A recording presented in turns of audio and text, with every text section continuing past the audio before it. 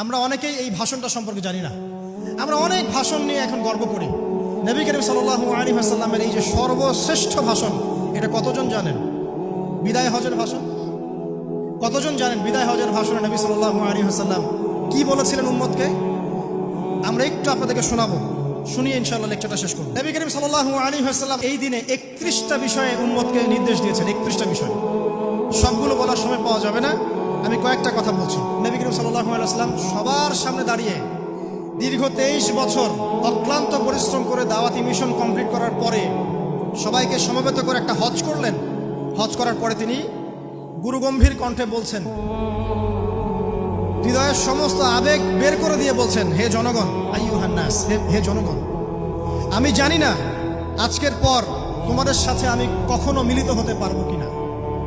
একটু চিন্তা করেন, সাহাবীরা সামনে দাঁড়িয়ে আছেন, নবীজি দাঁড়িয়ে এই কথাটা বলছেন, হে জনগণ, আমি জানি না আজকের পরে আমি তোমাদের সাথে মিলিত হতে পারবো কিনা।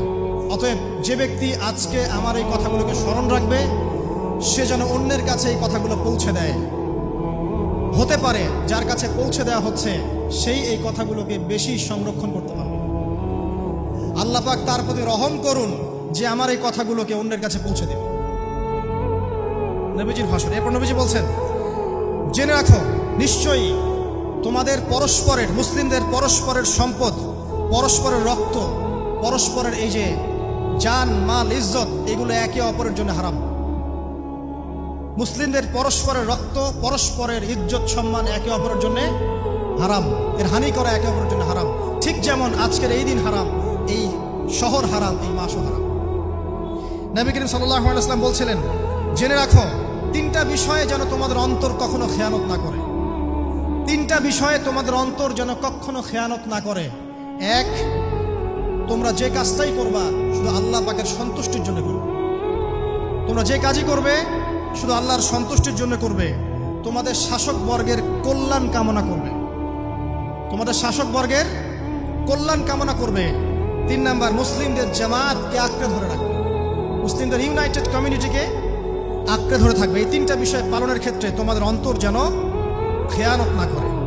এদিন সূর্য ঢলে যাওয়ার পরে নবী সাল্লাল্লাহু আলাইহি ওয়াসাল্লাম আরো বললেন, শুনে রাখো হে মানব জাতি, এটা ভালো করে শোনেন, শুনে রাখো হে মানব জাতি, নিশ্চয়ই আমি মুহাম্মদ সাল্লাল্লাহু আলাইহি ওয়াসাল্লাম জাহেলি যুগের যত কুপ্রথা আছে সমস্ত কুপ্রথাকে আমার পায়ের তলে পিষ্ট করে গেল। জাহেলি যুগে কি ছিল ভাই?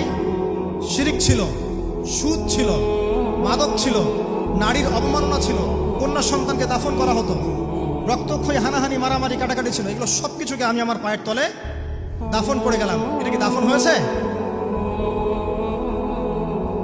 তিনি বলছেন, নিশ্চয়ই আমি জাহেলি যুগের সুদকে আমার পায়ে তলে পিষ্ট করে যাচ্ছি। সর্বপ্রথম যার সুদ আমি পিষ্ট করছি তিনি হচ্ছেন আব্বাস ইবনে আব্দুল মুত্তালিব, আমার চাচার সুদ। নিজের পরিবার থেকে দৃষ্টান্ত স্থাপন করলেন। তিনি আরো বললেন, হে উপস্থিত জনগণ, তোমরা মেয়েদের ব্যাপারে সতর্ক থাকবে এবং তোমাদের স্ত্রীদের ব্যাপারে সতর্ক থাকবে, তাদের হকের ব্যাপারে সতর্ক থাকবে, কেননা তোমরা তাদেরকে আল্লাহর কালিমার মাধ্যমে হালাল করে নিয়েছো। অতএব তাদের ব্যাপারে তোমরা সতর্ক থাকবে। তোমাদের উপর তাদের হক হচ্ছে তোমরা যা খাবে, যা পরবে, তাদেরকেও তাই খাওয়াবে, তাই পরাবে। আর তাদের উপর তোমাদের হক হচ্ছে তারা তোমাদের বিছানায় এমন কাউকে আসতে দিবে না যাদেরকে তোমরা অপছন্দ করো। নবী করিম সাল্লাল্লাহু আলাইহি ওয়াসাল্লাম আরো বলছেন, এই দিন আইয়ুহান নাস, হে মানব জাতি, তারাকতু ফিকুম আমরাইন, জেনে রাখো আমি তোমাদের সামনে মাত্র 2টো বস্তু ছেড়ে গেলাম।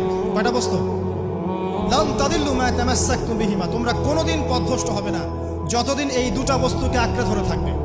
কিতাব আল্লাহ, আল্লাহর কিতাব, ওয়া সুন্নতি নবীহি, এবং তার নবীর সুন্নাহ। তিনি আরো বললেন, আল মুসলিম, জেনে রাখো প্রকৃত মুসলিম সে ব্যক্তি, মান সালিমাল মুসলিমুনা মিন লিসানিহি ওয়া ইয়াদিহি, যে ব্যক্তির হাত এবং জবান থেকে অন্য মুসলিম নিরাপদ থাকে সেই ব্যক্তি হচ্ছে প্রকৃত মুসলিম। আল মুহাজির, আর প্রকৃত মুহাজির সে ব্যক্তি, মান হাজারা মা নাহাল্লাহু আন, আল্লাহ পাক যা নিষেধ করেছেন সেখান থেকে যে দূরে থাকে সেই ব্যক্তি প্রকৃত মুহাজির, মানে হিজরতকারী। তিনি আরো বললেন, মনে রেখো আমি তোমাদের সবার আগে হাউজে কাউসারে চলে যাব, সুবহানাল্লাহ, এবং সেখানে আমি তোমাদের জন্য অপেক্ষা করতে থাকবো। অতএব শোনেন, অতএব তোমরা আমার চেহারাকে কালিমা লিপ্ত করো না, মানে আমার চেহারায় কালিমা লিপ্ত করো না, আমার নাম নষ্ট করে দিও না। আমি তোমাদের সংখ্যাধিক্য দেখে আল্লাহর কাছে গর্ব করব, আমাকে তোমরা অপমানিত করো না। আজকে কি আমরা তার দায়িত্ব পালন করে উম্মাহ হতে পেরেছি? নবীজি বলেছেন, তা আমার চেহারাকে কালিমা লিপ্ত করো না। সুবহানাল্লাহ। তিনি বলছেন, ওই সময় কিছু মানুষ থেকে আমি মুক্ত হয়ে যাব, আর কিছু মানুষ আমার থেকে মুক্ত হয়ে যাবে। বলা হলো, কারা ইয়া রাসূলুল্লাহ? তিনি বলছেন, আল্লাহ পাককে আমি বলবো, ইন্নাহুম মিন্নি, হে আল্লাহ, এরা আমার উম্মাহ, এরা আমার উম্মত, আমার সাহাবী। আল্লাহ পাক বলবেন, ইন্নাকা লা তাদরি মা আহদাসা বা'দাক, তুমি জানো না হে নবী, তোমার মৃত্যুর পর এই মানুষগুলো, পরবর্তী মানুষগুলো তোমার দিনের মধ্যে কত বেদাত সংযোজন করেছিল। তিনি আরো বলেছিলেন, হে জনগণ, জেনে রাখো, প্রত্যেক পরিবারের জন্য প্রতি বছর একটা করে পশু জবাই করার বিধান। প্রত্যেক পরিবারের জন্য, সামর্থ্যবান পরিবারের জন্য প্রত্যেক বছর একটা করে পশু জবাই করার বিধান রয়েছে। তিনি আরো বললেন, মনে রাখো, একজনের অপরাধের শাস্তি আর একজন কখনো পাবে না। আর বাবার দোষে ছেলে কখনো দুষ্ট হবে না, ছেলের দোষে বাবাও কখনো অপরাধী হবে না। তিনি আরো বললেন, জেনে রাখো হে মানব জাতি, নিশ্চয়ই শয়তান এই বিষয় থেকে নিরাশ হয়ে গেছে যে তোমরা শয়তানের ইবাদত করবে। শয়তান নিরাশ হয়ে গেছে, কিন্তু শয়তান নিরাশ হয়নি একটা বিষয় থেকে, যে তোমরা একে অপরে হানাহানি, কাটাকাটি, ফিতনা, ফাসাদে ব্যস্ত থাকবে, যেমনটা এখন আমরা করছি।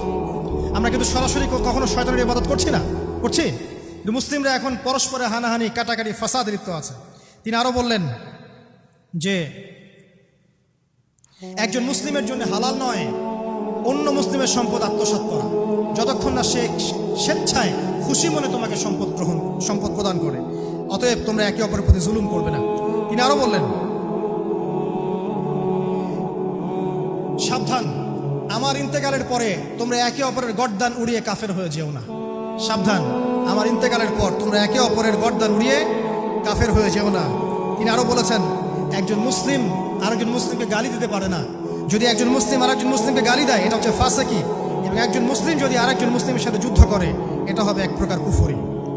তিনি আরো বলেছেন, হে জনগণ, জেনে রাখো, আমার পরে কোনো নবী নেই, আর আমার পরে তোমরা ব্যতীত আর কোনো উম্মত নেই। এর চেয়ে স্পষ্ট কথা হতে পারে? আমার পরে কোনো নবী নেই, আর আমার পরে তোমরা ছাড়া কোনো উম্মত নেই।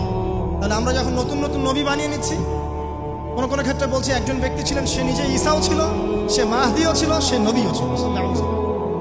দিন দিন মানুষ এই খাতায় নাম লেখাচ্ছে। সুবহানাল্লাহ। সর্বশেষ তিনি বললেন যে, যদি তোমাদের উপরে, হে মানব জাতি, জেনে রাখো, যদি তোমাদের উপরে একটা নাক কাটা কালো কুৎসিত কোনো আমির বা শাসকও চলে আসেন, এবং সে যদি তোমাদেরকে আল্লাহর রাস্তায়, আল্লাহর কিতাব সুন্নাহ অনুযায়ী পরিচালিত করেন, তোমরা অবশ্যই তার আনুগত্য করবে, তার বিরুদ্ধে বিদ্রোহ করবে, তার আনুগত্য করবে। জেনে রাখো, শেষে তিনি জেনে রাখো, হে মানব জাতি, আজকে থেকে কুল্লুকুম মিন আদম, তোমরা সবাই আদম সন্তান, ওয়া আদামু মিন তুরাব, আর আদম হচ্ছে মাটির সন্তান। আরবের উপর অনারবের, অনারবের উপর আরবের, সাদার উপর কালোর, কালোর উপর সাদার, লালের উপর কালোর, অথবা কালোর উপর লালের কোনো রকম প্রাধান্য নাই। ইল্লা তাকওয়া, শুধু তাকওয়া ব্যতীত। যে ব্যক্তি বেশি মুত্তাকি, সে আল্লাহর কাছে বেশি মর্যাদার অধিকারী হবে ইনশাআল্লাহ তাআলা। সর্বশেষ তিনি আঙ্গুলটা উঁচু করলেন, নিজের শাহাদাত আঙ্গুল উঁচু করে আকাশের দিকে তাকালেন, এরপর জনগণের দিকে তাকালেন, তাকিয়ে বললেন যে, তোমাদের ব্যাপারে, হে জনগণ, তোমাদের ব্যাপারে আমাকে আল্লাহ জিজ্ঞাসা করবেন। ফামা আনতুম কাইলুন, তোমরা ওই সময় কি বলবে আমার সম্পর্কে? তখন সাহাবীরা বললেন, আমরা বলবো যে আপনি বাল্লাগতা রিসালাতাক, আপনি আপনার রিসালাত পৌঁছে দিয়েছেন, ওয়াজ্জা আমানাতাক, আপনার আমানত পূর্ণ করেছেন, ওয়া নাসাহতা উম্মাতাক, এবং আপনি আপনার উম্মতকে নসিহত করেছেন। এরপরে তিনি আকাশের দিকে তাকিয়ে বললেন, আল্লাহুম্মা ফাশহাদ, হে আল্লাহ আপনি সাক্ষী থাকেন। আল্লাহুম্মা ফাশহাদ, হে আল্লাহ আপনি সাক্ষী থাকেন। আল্লাহুম্মা ফাশহাদ, হে আল্লাহ আপনি সাক্ষী থাকেন যে আমি আমার দায়িত্ব পৌঁছে দিয়েছি। এরপরে নাজিল হলো, আল ইয়াউমা আকমালতু লাকুম দীনাকুম ওয়া আতমামতু আলাইকুম নি'মাতি ওয়া রাদিতু লাকুমুল ইসলাম দীনান। এই হলো বিদায় হজ, আজকের এই আরাফার প্রেক্ষাপট। আমরা কতজন এটা নিয়ে চিন্তা করেছি? 1 মিনিট একটু বলে শেষ করি। দেখেন, শেষ ওসিয়ত যেগুলো হয় মানুষের, এটা খুব হৃদয় বিদারক হয় না? বাবা ইন্তেকাল করছেন, সন্তানের জন্য ওসিয়ত করে যাচ্ছেন, মাকে দেখিস, ইত্যাদি ইত্যাদি। হৃদয় বিদারক হয় না? মানুষ সারা জীবন মনে রাখে না? বাট আমরা আমাদের এই নেশন, এই উম্মাহ, নবী সাল্লাল্লাহু আলাইহি ওয়াসাল্লাম উম্মাহ বলে আমরা যারা দাবি করছি, আমাদের মধ্যে বেশিরভাগ মানুষ নবী সাল্লাল্লাহু আলাইহি ওয়াসাল্লামের শেষ এই নসিহতগুলো ভুলে গেছি আমরা। নসিহতগুলোর মধ্যে সবচেয়ে ইম্পর্টেন্ট ছিল শিরক থেকে দূরে থাকা, সুদ থেকে দূরে থাকা, মুসলিম মুসলিম ভেদাভেদ না করা, শাসকের কল্যাণ কামনা করা, বিদ্রোহ না করে শাসককে উত্তম নসিহত করা। এবং আরেকটা হাদিসে তিনি বলেছিলেন 5 ওয়াক্ত সালাত আদায় করবে, সাওম পালন করবে, রমজান মাসে সাধ্যমতো সাদাকা করবে, মুসলিমদের জামাত আঁকড়ে ধরবে, ইনশাআল্লাহ হাসতে হাসতে জান্নাতে প্রবেশ করবে। আও কামা ক্বালা আলাইহিস সালাম। জাহেলি যুগের সমস্ত প্রথা ছেড়ে দেওয়া ছিল আজকের দিনের মূল মর্ম, আমরা ছাড়তে পারছি না। সুদ ছেড়ে দেওয়া ছিল মূল মর্ম, ছাড়তে পারছি না। শিরক থেকে বেরোতে পারছি না। বেদাতীদের ব্যাপারে ধমক দেওয়া হয়েছে, বেদাত ছাড়তে পারছি না। খেয়াল করে দেখেন, মুসলিম মুসলিম হানাহানি কাটাকাটি এখনো ছাড়তে পারছি না। ইভেন ধর্মতাত্ত্বিকভাবেও আমরা বহু দল এবং উপদলে বিভক্ত হয়ে গেছে, কারোর সাথে কারো ঐক্য নাই। সব মিলিয়ে নবী সাল্লাল্লাহু আলাইহি ওয়াসাল্লামের শেষ ওসিয়তগুলো, কিতাব এবং সুন্নাহ আঁকড়ে ধরা, এটা আমরা সবাই আঁকড়ে ধরতে পারছি না। আজকের এই দিবসগুলো এই জন্যই আল্লাহ পাক বারবার ফিরিয়ে দেন, যাতে করে এগুলো নিয়ে আলোচনা হয়, আমরা এগুলো জানতে পারি এবং আমল করতে পারি, এই চেতনাগুলো লালন করতে পারি, নিজেরাও শিখি, পরিবারকেও শেখাই, আগামী প্রজন্মকেও শেখাই ইনশাআল্লাহ তাআলা। আশা করছি ইনশাআল্লাহ আমরা যদি নাও পারি, এক সময় এমন একটা প্রজন্ম আসবে যারা নবী সাল্লাল্লাহু আলাইহি ওয়াসাল্লামের উম্মার মতো উম্মাহ হবে ইনশাআল্লাহ।